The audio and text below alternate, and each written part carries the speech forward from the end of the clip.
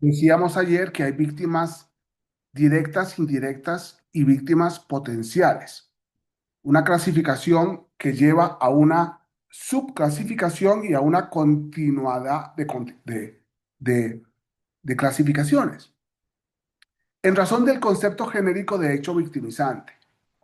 Yo he puesto un ejemplo muy simpático que puede ser muy complicado, ¿no? Hay una señora, una viejita con su coche del siglo pasado, está en el semáforo, respetando como debe ser el semáforo en rojo, y en la esquina siguiente hay un chico que ha destrozado el coche de un señor porque resulta que se lanzó en una cuesta a toda velocidad con su bicicleta. El chico golpeó al coche, la bicicleta se destrozó y un tornillo de la bicicleta vuela y cae en el vidrio parabrisas de la pobre viejita, que pierde el parabrisas estando ella estacionada en el semáforo.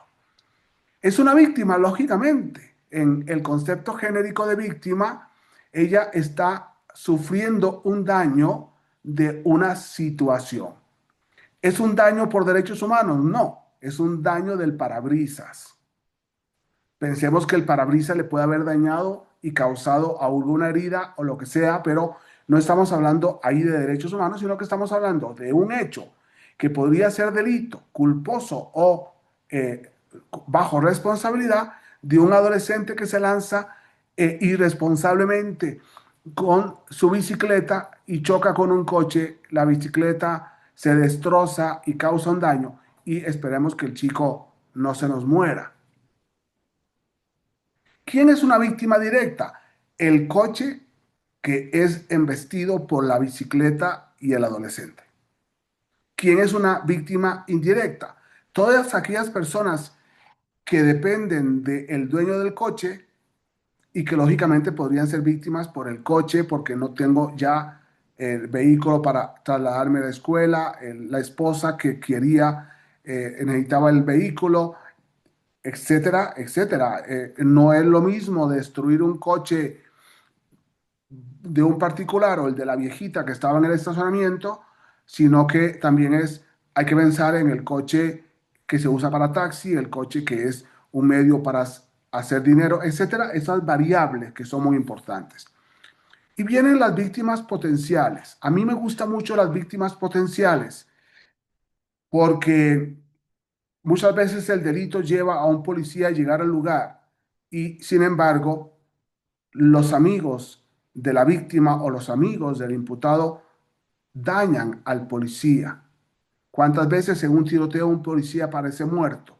Y vamos a tener una serie de víctimas potenciales. Entre ellas, por ejemplo, pensemos cuando el homicidio no solamente produce huérfanos, sino que también produce conflictos con la nana. ¿Quién se encarga de la nana cuando ha muerto su patrona? No dejemos de considerar esta clasificación que podría convertirse en una gran tela de araña de víctimas a la hora de pensar en la víctima del delito, en los ofendidos del delito. Esto sería una idea importante.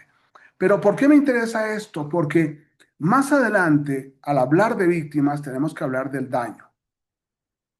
Y me parece que la ley de adolescentes, un poco quijotesca, ha considerado que el adolescente debe reparar y que no puede reparar otro más que por el adolescente.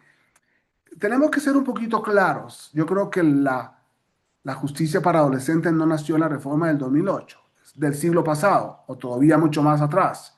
Y por tanto, cuando estamos hablando de víctimas y cuando estamos hablando de reparación del daño, tenemos que hablar de que lo importante es que la víctima tiene quien la repare y no que nos aferremos a que tenga que ser el niño que no gana ni un 5, que no tiene ni ahorros, que no tiene ni bienes y que la ley se aferra a que tiene que ser el niño. Muchas gracias.